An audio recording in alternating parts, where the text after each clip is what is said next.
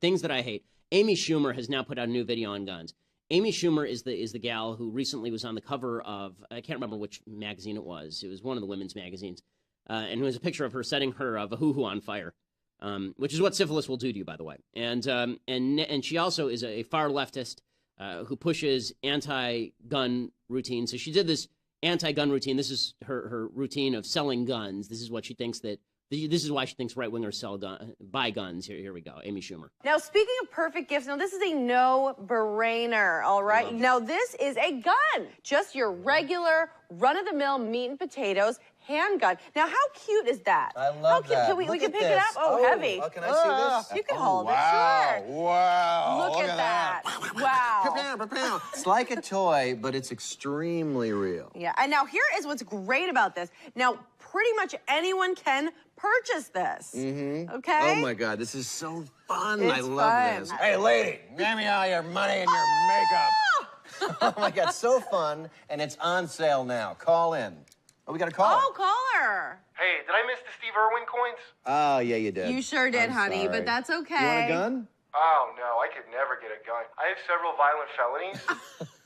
Oh, no. Caller, you bite your tongue, you silly goose. You can absolutely get a gun if you have several felonies, as long as you buy it on the internet or at a gun show. And caller, none of these things are true. Guess Okay? What's so bad about this? First of all, it's bad comedy because it's not funny in any way. But beyond that, every element of this is false. All of the things about this are false. It's actually not that easy to buy a gun. You have to be over a certain age. They do a background check on you. Every federally licensed firearms dealer has to do a background check for felonies. If you buy a gun over the internet, it has to be shipped to a federally licensed firearms dealer. You then have to go to that federally licensed firearms dealer for a background check. The gun show loophole is not a real thing. Okay, real firearms dealers at a gun show still have to do a background check on you. The so-called gun show loophole is if I sell a gun to Lindsay. Okay, that's not a gun show loophole. That's a private party purchase loophole. Okay, it's a different thing. And there's been no evidence that private party purchases like that are what are leading to any sort of spike in gun. In any case, you wouldn't expect intelligence from a woman who sets her vagina on fire to show the world how she sets the world on fire, presumably. But this is comedy in the service of leftism has now become. So Sarah Silverman is one of the dumbest humans on planet Earth. She's this comedian who has made her fortune from basically doing the little girl voice and saying super dirty things. That's basically what Sarah Silverman does. Her whole shtick is I'm going to say super vulgar things, but I'm going to do it in a little girly voice. Isn't it funny? Ha, ha, ha. Well, she also happens to be just an absolute dumbass around politics. And so here's what she tweeted this out the other day. Walking to get coffee, saw these all over a sidewalk in the town I'm in. Is this an attempt at swastikas? Do neo-Nazis not have Google? Okay, and what the picture actually shows, if you can't see it, is it looks like an S with a line through it. Right? That's what it looks like. Okay, so for people who are utterly ignorant, this looks like a swastika. For people who are not utterly ignorant, it looks nothing like a swastika. You know what that actually is? It's a construction mark. It's an actual construction mark. So if you walk around any major city, you will see that mark all over the sidewalk because it's supposed to designate a spot for where there's a pipe or a wire underneath, apparently. Right, that's what it means. But she thinks that people are spray painting swastikas. And then she wonders why people don't take her seriously about politics. It's probably because of that, you stupid idiot. Again, it's hard enough to fight anti-Semitism without people making up instances of anti-Semitism to fight. And I'm sorry, but you walking past a surveying mark on the sidewalk, that's not a sign of neo-Nazis out to get you, Sarah Silverman. John Oliver of HBO, he's coming in for a lot of criticism lately because he is just awful all the way through. So John Oliver did a segment, and I think it's really fascinating to break down what the left does when they conflate a bunch of different myths altogether. So John Oliver is very upset with what he terms school segregation. Now, he doesn't mean formal school segregation, as in black people are not allowed to go to this school, only white people can go to this school. He's talking about informal segregation, and he talks about some of the problems with it without, of course, paying any attention to the real reason this is happening. It would still be problematic, even if these schools were roughly equivalent academically, as that would still be a violation of the principle of Brown versus Board of Education that separate educational facilities are inherently unequal. But in practice, they are very rarely equal in any way. Black and Latino children are more likely to attend schools with inexperienced teachers, which are then less likely to offer a college prep curriculum. On top of which, because race and class are inextricably linked, those students are 6 times as likely to be in high-poverty schools. And while there are teachers and students working incredibly hard in those places, they are often doing so with fewer resources. So how is it possible that our nation's schools are by some measures more segregated now than they have been in over 4 decades?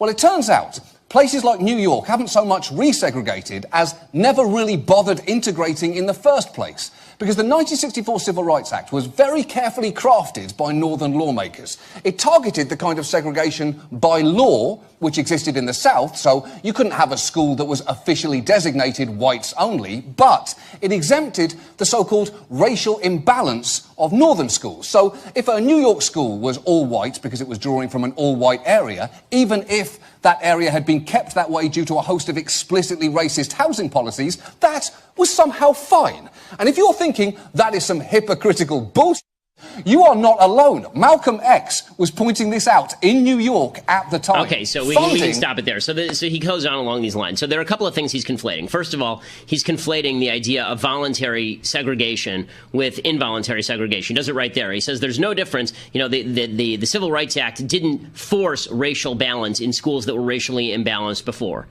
Right, because if there's nothing prohibiting a black person from joining the white school, and it's illegal to prohibit that black person from renting in that area, then what's the issue exactly? The real reason there's segregation in a lot of these schools, de facto segregation, not de jure, not in law, de facto segregation. The reason that there's de facto segregation in a lot of these schools is because, unfortunately, there's been a lot of white flight from inner cities, and the reason there's been a lot of white flight from inner cities is because of democratic tax policy, which has increased taxes on people to increase the services for the people who are impoverished in those areas, and people who are wealthier left those areas. Right? This is actually what happened in the aftermath of the 1964 Civil Rights Act in a lot of areas. And when they tried mandatory busing, people just moved out of the scope of mandatory busing. This is also true because union rules prevent desegregation by putting inexperienced teachers in crappy schools. The union negotiates on behalf of the more experienced teachers. The more experienced you get, the cushier the job is supposed to be. And there's no market incentive to teach in a really bad, downtrodden inner city school. Right? If you're a top teacher, what you really want is the top teachers at the crappy schools, presumably, and you want less experienced teachers at the better schools because the students are easier to deal with. You can learn how to deal with them there, and then you can go into a school that really needs more help, and you get paid a lot of money to do that. Michelle Reed tried to do this in Washington, D.C., and the teachers' union would have nothing to do with it. So instead what you get is the least qualified teachers teaching in the worst possible areas, and the most qualified teachers teaching in the really, really nice areas. Now, one of the arguments that Oliver and the left make is that the tax money that's paid in a lot of downtrodden areas is not equal to the amount that's paid in a lot of local areas that are more upper crust. That's true because richer areas tend to take in more tax revenue. But the money is not the solution because, for example, LAUSD spends about $10,000 per year per student, and that's not improving its educational metric at all. We've increased spending on education in the United States multiple times over. We spend a lot of money on education here in the United States, and it doesn't match up with the amount of accomplishment in education because education really comes down to a couple of factors. One, good teachers who are being paid properly for their services, and that means market rate for their services. And two, parents who care enough to ensure that their kids get a good education in spite of all the challenges that surround them.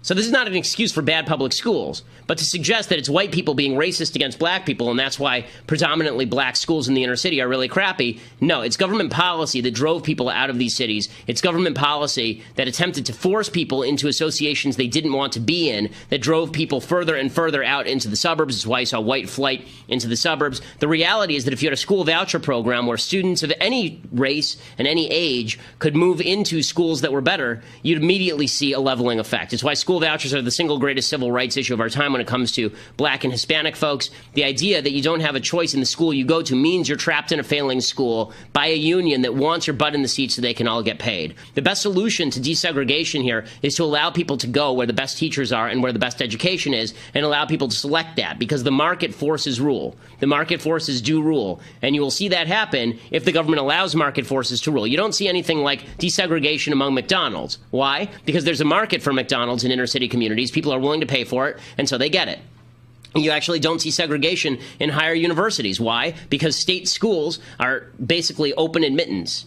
Right now, they'll say that there's more segregation than ever in higher education too, because there aren't enough Black and Hispanic people qualifying for the kind of minimum qualifications to get into these universities. But again, that's not a result of legal barriers. That's a result of all of these other informal barriers that we're talking about, including some of them are legal barriers, like not being able to go to the public school you want to go to, and part of them are informal barriers, like having a culture that doesn't value education in the same way that other cultures do. I mean, if you look at the difference between, and it's true even within, it's not even black and white issue. I mean, this is true even within different subsets of the Asian community. There are various cultures in the Asian community, some of which value education more than others. So this is not as easy a solution as John Oliver is basically suggesting here. Just get the government in to mandate that a certain number of Black people go to a white school, a certain number of white people go to a Black school. They tried this in the 1960s.